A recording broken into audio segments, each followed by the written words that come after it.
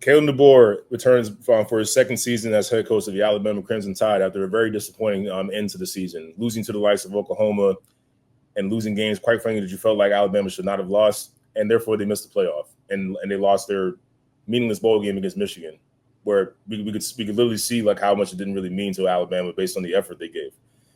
But now Jalen Murrow is now in the NFL playing for the Seattle Seahawks at quarterback. The reins have been passed over to Ty Simpson, who's recently just been named the starting quarterback of the Crimson Tide. Greg McElroy. A lot of you may remember Greg McElroy, the former great Alabama quarterback that won a national championship with Nick Saban. He weighed in on Ty Simpson being named the starter of the Crimson Tide. He said in that quote, "I told you on Monday that this is probably going to be coming. I thought they may wait until after the second scrimmage this upcoming Saturday, but they felt it was best after Saturday's scrimmage last week, the one I was in attendance for, to feel like it was the best time to name their guy." 2 years ago, I went into this competition. It was very, very close in the spring. Then Jalen Murrow distanced himself a bit in fall camp. This was his time. This was his opportunity, and he seized control. What I love about watching this young man is that he has a plan. Every time the ball is snapped, he has a plan. That hasn't always been the case at Alabama the last couple of years. It felt like sometimes Jalen would snap the ball and run around and make an incredible play. But Ty has the approach. Ty has to approach the game very differently. He has a plan on every snap based on how the defense lines up and what the offense looks like. Where the ball is, he's going to start there. And he's also a guy that is very underrated from a mobility standpoint. Now, he's not the guy that's going to rush for 1,000 yards this season, but he can absolutely keep drives alive on 3rd and 6, 3rd and 7 with a scramble. I think it's a great move for Alabama because this will give tremendous confidence to Ty Simpson as well. He can no longer worry about what's going on behind him on the depth chart. So that's Greg McElroy. This is a guy that gets it, played at Alabama, played quarterback. He understands it. I have my reservations about Ty Simpson, and maybe they're not necessarily fair, because the last time that we saw Ty Simpson on the football field, it was in an abysmal game at South Florida, if you remember, where Nick Saban literally had to go through all three of his quarterbacks on the active roster within that same game because the quarterback play was that porous. Jalen Murrow looked like he did not belong out there at the time. I was one of the guys that said like he needs to go. I don't think he's ready.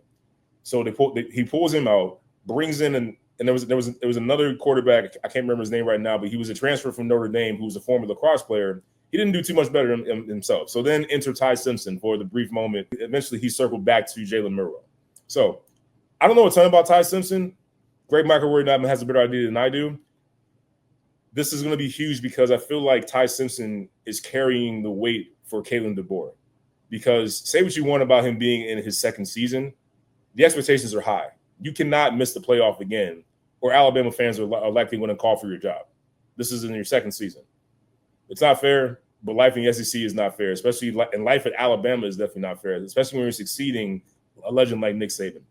So Ty Simpson has a lot on his plate here early on in the season. Like he has to perform well. This team has to get back to the playoff to be deemed a successful season by the standards of Alabama.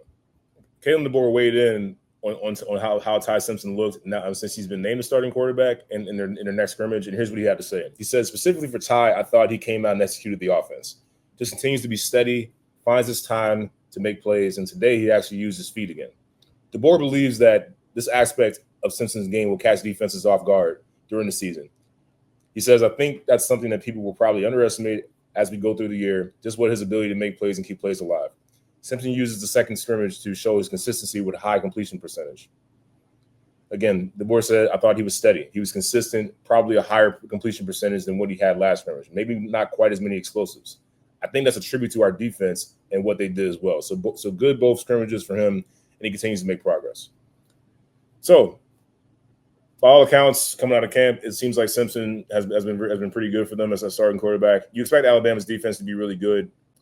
Alabama has to get back to the playoff. You cannot miss the playoffs 2 years in a row and expect to be the head coach next season.